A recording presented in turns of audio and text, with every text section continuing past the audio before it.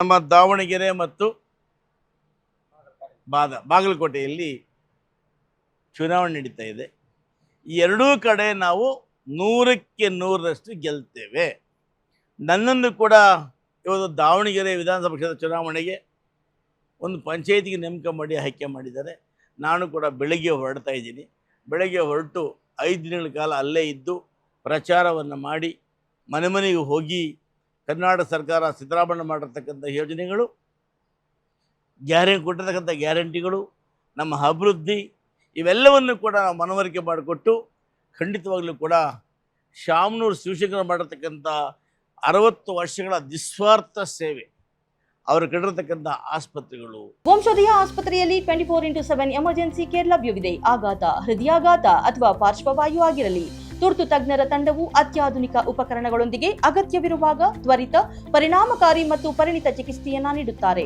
ಹೆಚ್ಚಿನ ಮಾಹಿತಿಗಾಗಿ ಸಂಪರ್ಕಿಸಿ 7270 ಅಥವಾ 9141066685. ಅವರು ಕಟ್ಟಿರ್ತಕ್ಕಂಥ ಛತ್ರಗಳು, ಅವರು ಕಟ್ಟಿರ್ತಕ್ಕಂಥ ವಿದ್ಯಾಮಂದಿರಗಳು, ಅವರು ಕಟ್ಟಿರ್ತಕ್ಕಂಥ ವಿದ್ಯಾರ್ಥಿ ಸಂಸ್ಥೆಗಳು ಮತ್ತು ಅವರು ಮಾಡಿರ್ತಕ್ಕಂಥ ಬಡವರ ಸೇವೆ ಇವೆಲ್ಲವೂ ಕೂಡ ಅವರ ಮೊಮ್ಮಗನಾಗಿರ್ತಕ್ಕಂಥ ಸಮರ್ಥ ಅವರಿಗೆ ವರದಾನ ಆಗ್ತದೆ. 100ಕ್ಕೆ 100ರಷ್ಟು ನಾವು ದಾವಣಗೆರೆಯಲ್ಲಿ ಚುನಾವಣೆಯಲ್ಲಿ ಗೆಲ್ತೇವೆ. ಬಾಗಲಕೋಟೆಯಲ್ಲಿ ಕೂಡ ಮೇಟಿಯವರು ಕೂಡ ಒಳ್ಳೆ ಮತ್ಸದಿ ನಾಯಕರು.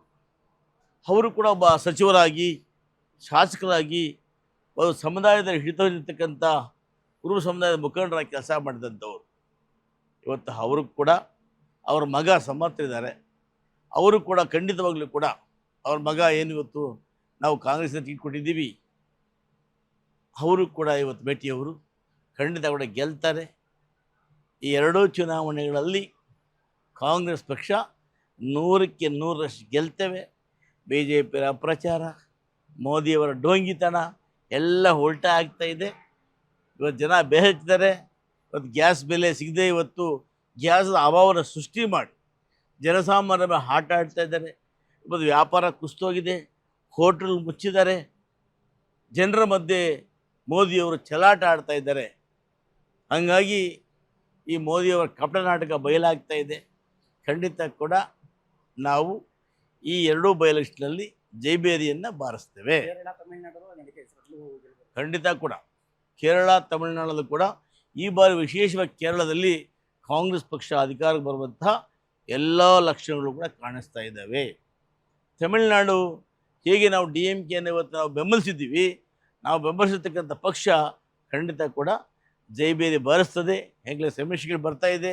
ನಾನು ಕೂಡ ನೆರೆಯ ತಮಿಳುನಾಡು ಚುನಾವಣೆಗೆ ನನಗೆ ಕೂಡ ಪಕ್ಕದ ಹೊಸೂರಲ್ಲಿ ಮತ್ತು ಕೃಷ್ಣಗಿರಿ ವ್ಯಾಪ್ತಿ ಮೇಲೆ ಬಾಡೋ ಸಂಬಂಧಿಕರೋದ್ರಿಂದ ನಾನು ಕೂಡ ಆ ಭಾಗದ ಪಕ್ಷದ ಅಭ್ಯರ್ಥಿ ಪರವಾಗಿ 15 ತಾರೀಕು ನಂತರ ಪ್ರಚಾರಕ್ಕೆ ಹೋಗ್ತೇನೆ.